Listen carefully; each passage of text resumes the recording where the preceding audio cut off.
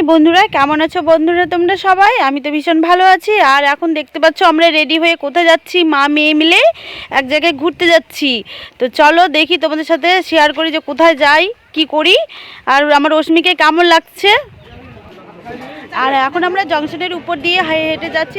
দেখতে পাচ্ছ rail station, গোটায় চারপাশে লোকজন আছে কিন্তু রেল নেই। আর আমি এই যে নামছি বন্ধুরা, এখন আমি আর রশ্মিতা। এই যে আমরা রায়গঞ্জ রেল স্টেশনের চারপাশে ঘুরছি। এখন আমরা বইয়ের দোকানে যাব।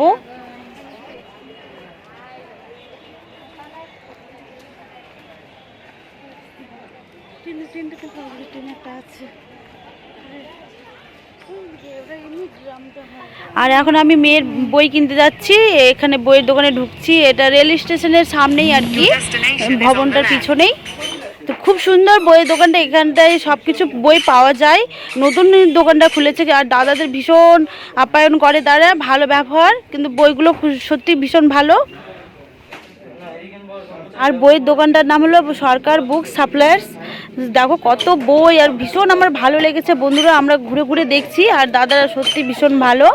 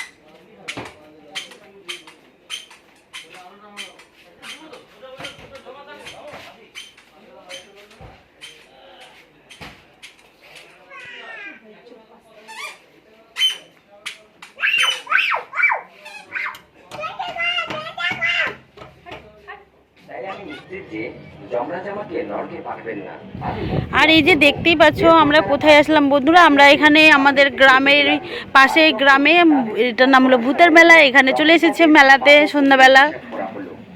আর এই তো ঘুরে ঘুরে দেখছি কেবল, আর সত্যি ভীষণ ভালো ঠাকুরগুলো লাগছে। এবং কিছুক্ষণ চিন্তা করার পর যমরাজ তাকে স্বর্গে যাওয়ার আদেশ দেন। এই সিদ্ধান্ত শুনে চোর বিস্মিত হয় এবং আনন্দের সাথে স্বর্গের দিকে চলে যায়। এরপর দ্বিতীয় পালা আসে সেই পতিতা নারী চিত্রগুপ্ত। তারও সমস্ত কাজের হিসাব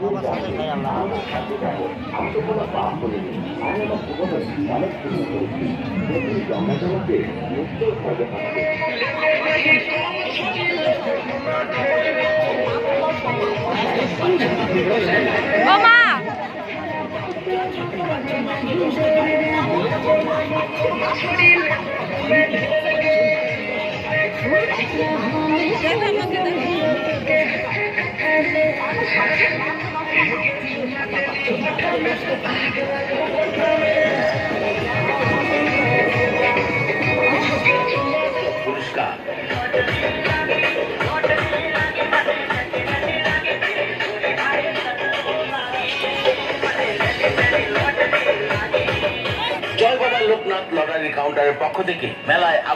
আর এই যে বন্ধুরা আমরা ফুচকার দোকানে চলে আসলাম। আর অস্মিতা ফুচকা খাবে, তাই একটা ছোট্ট বাটি নিয়ে নিয়েছে। এত ফুচকা খেতে ভালোবাসে। আর আমি এই যে প্লাস্টিকের সব জিনিসপত্র কিনে নিলাম আগেই। আর দেখো আমিও খেতে লেগে গেছি। আর ভীষণ ভালো ফুচকাটা হয়েছিল খেতে।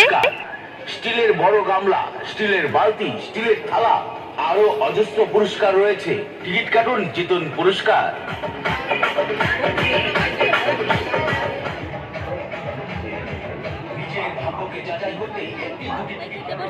আমাদের ভীষণ খিদে পেয়ে গেছে, আর অস্মিতা তো খাচ্ছেই না। আর এই অবধি ভিডিওটা শেষ করছি বন্ধুরা। তোমরা সবাই ভালো থেকো, সুস্থ থেকো এবং আমার পরিবারের পাশে থেকো। বা